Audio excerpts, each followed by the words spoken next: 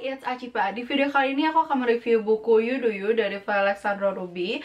Buat teman-teman yang lagi masa usia 20-30-an, buat kita yang lagi ngerasain masa-masa quarter life crisis, buat yang bingung kita harus jadi generalis atau spesialis, atau buat kita yang bingung tentang purpose hidup atau ikigai kita, buku ini bisa jadi bacaan pilihan. Dan penasaran isi buku ini tentang apa aja? Make sure buat yang baru datang jangan lupa untuk subscribe, like, comment, and share the love. And without further ado, let's get started. Oke, buku You Do You dari Alexandra Ruby ini terbit sekitar bulan Desember 2020 dan aku nerima bulan Januari tahun berikutnya, setahun ya Wak. Dan memang buku ini menceritakan tentang konsep-konsep bagaimana untuk memahami atau mengenali diri sendiri, kemudian memetakan tujuan hidup yang kita inginkan, dan juga mendesain kehidupan yang kita harapkan dari tujuan hidup tersebut. Di buku setebal 235 halaman yang dibagi ke dalam 5 bab ini, kita bakal banyak banget dapat insight menarik dari penuturan Mas Ruby, termasuk juga dengan berbagai case dan juga data yang ditunjukkan. Jadi nggak cuma sekadar cerita personal story dari Mas Ruby ini sendiri. Buku ini sendiri sebenarnya teman-teman bisa banget baca dari bagian mana aja.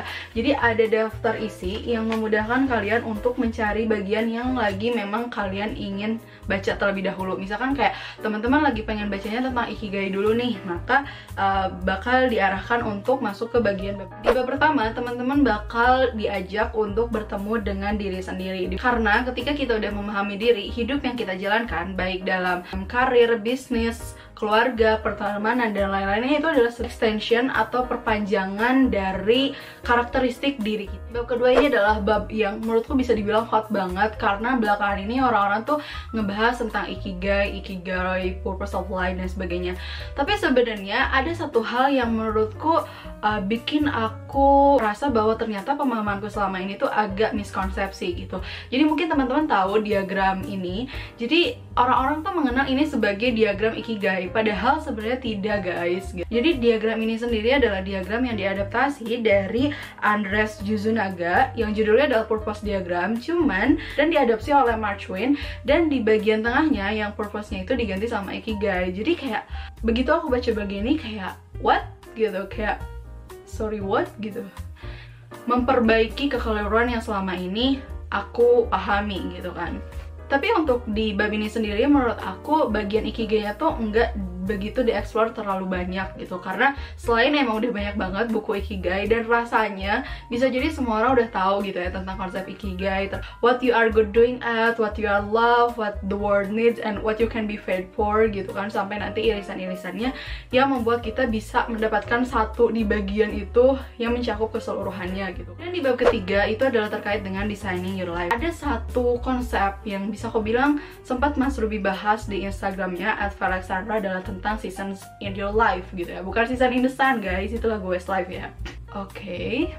Ibaratnya nih ya, kalau kayak season in your life itu mungkin di umur 20-an kita lagi masih kayak biji benihnya gitu ya, lagi masa-masa persemaian gitu kan, 30 lagi masa pertumbuhan, 40 matang, 50, 60-an kita udah ngerasain buahnya sebelum akhirnya nanti membusuk. Enggak deh, enggak gitu, sumpah enggak gitu ya. Tapi intinya adalah di umur-umur yang emang lagi gold age banget ya kita ya. Aku ngerasa bahwa di umur 20-an ini harusnya kita itu berani aja dulu gitu, berani untuk melakukan apapun itu, berani untuk mengambil risiko, berani untuk eksplorasi diri seluas-luasnya, sebanyak-banyaknya, sejauh-jauhnya. Karena apa? Karena simply di umur 20-an ini kebanyakan dari kita itu belum punya tanggung jawab yang lebih besar dibandingkan dengan ketika kita umur 30-an atau 40-an.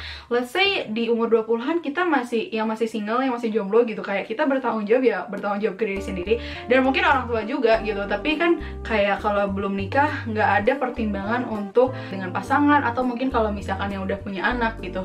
Jadi menurutku kayak 20-an ini buat kita nih ya yang masih 20-an bener-bener harus kayak go for it aja, lakukan apapun yang ingin kamu lakukan sebelum nanti menyesal. Dan ya kita tuh lebih lebih milih menyesal karena melakukan kan daripada menyesal karena tidak melakukan. Ada bagian yang bercerita tentang bersahabat dengan gagal. Kegagalan adalah persiapan. Ketika gagal atau salah, kita jadi belajar cara yang benar untuk melakukan segala sesuatu. Aku juga ingat satu petuah dari dosenku dulu waktu di kampus, yang aku lupa siapa yang bilang itu.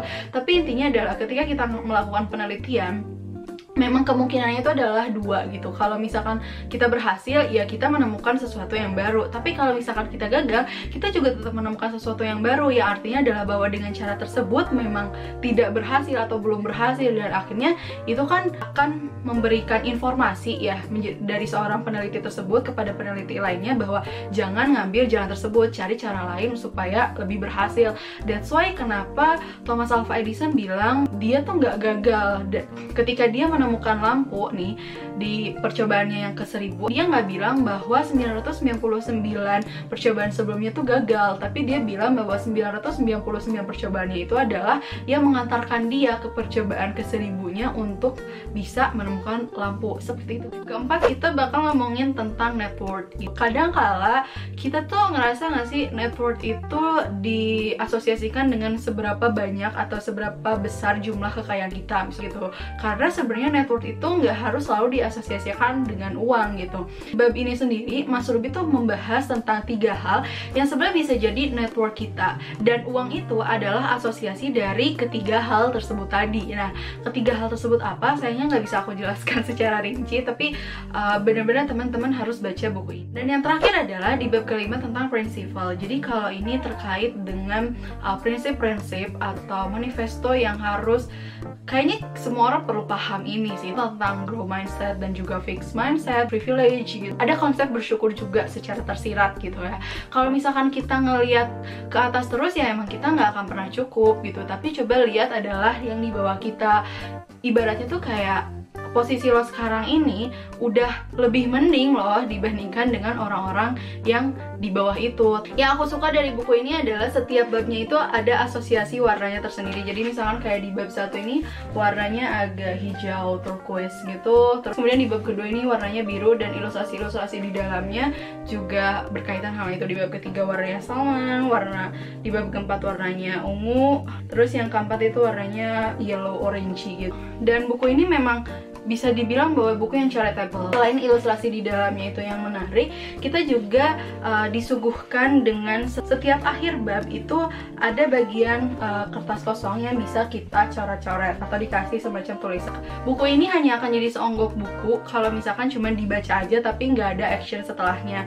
Makanya aku berusaha untuk bikin PR buat diriku sendiri setelah baca satu bab tersebut. Di buku ini sendiri kita nggak cuma sekadar penuturan dari Mas Ruby seperti yang aku bilang, tapi juga kita akan disuguhkan dengan berbagai kasus, juga data gitu ya, nggak kaleng-kaleng. Dan itu semua kumpulan data tersebut bisa kalian baca di QR code yang udah disediakan di akhir bab. Jadi kalau misalkan mau ngebaca lebih lanjut terkait dengan sumber yang direferensikan dari buku ini, kita bisa baca dari situ gitu.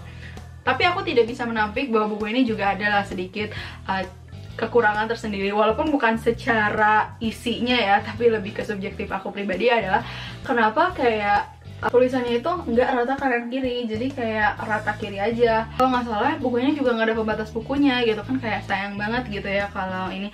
Jadi makanya kayak aku pakai pembatas buku randomly aja. For today folks, thank you so much for watching. I hope you guys enjoy and have fun for today, and see you next time.